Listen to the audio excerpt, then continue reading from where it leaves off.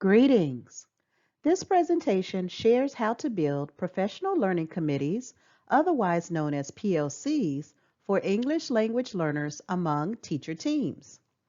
Our mission in building PLCs for ELLs, yes, acronym city here, is to improve teachers' knowledge and skills in teaching ELLs through collaboration, exchange of expertise, and professional dialogue.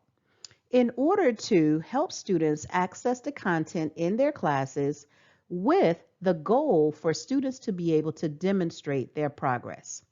Okay, let's get started. Let's begin with a little background. So, our English language learners come to us from many diverse backgrounds.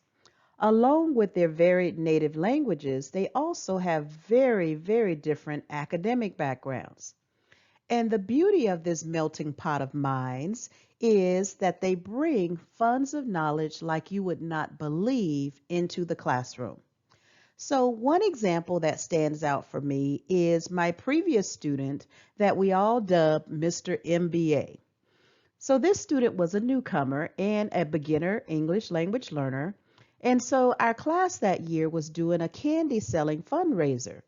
And this student sold 5 boxes of candy. Now, mind you, each box of candy contains 60 bars of chocolate. So the skills that this student demonstrated among many were communication, marketing, selling, business, and responsibility. And he demonstrated this all outside of knowing the English language.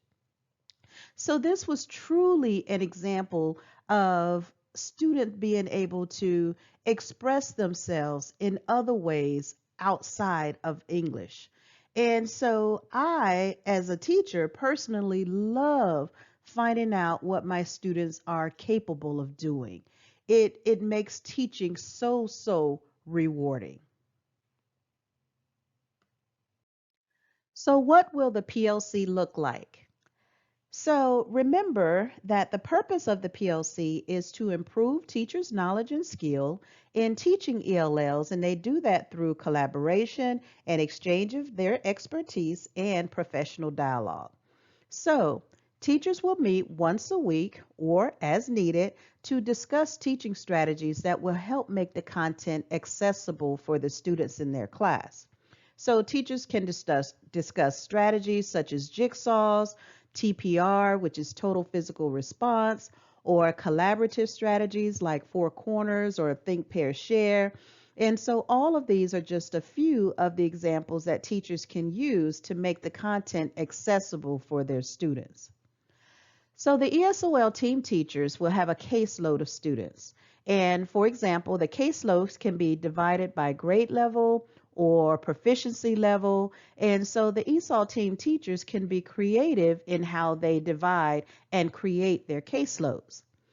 The ESOL teachers, as well as the SMEs or subject matter experts in language acquisition, will bring to the meeting students' language proficiency levels. And they will also bring instructional strategies that they will share with the team. So content teachers, as their SMEs or subject matter experts in their contents, will bring to the meetings their upcoming topic or concepts that they're going to teach in class or standards. And as well, they will also bring their instructional strategies that have benefited them in the classroom. So teachers will then collaborate on those instructional strategies that will maximize the learning for the students based upon the students' English language proficiency levels. And so strategies for differentiation will be discussed, as well as how instructional strategies can both benefit special ed students and general ed students in the classroom. So teachers will leave the meeting with strategies that they can directly apply to their lesson planning that will maximize their classroom instruction. So how will we know when our goals have been met? So to guide our PLC and determine its success, we will use several benchmarks. We will use the Standards Mastery Framework in our lesson planning. We will use classroom performance assessments and standards-based grading. And we will use the annual Access English Language Proficiency Assessment to identify our students' growth.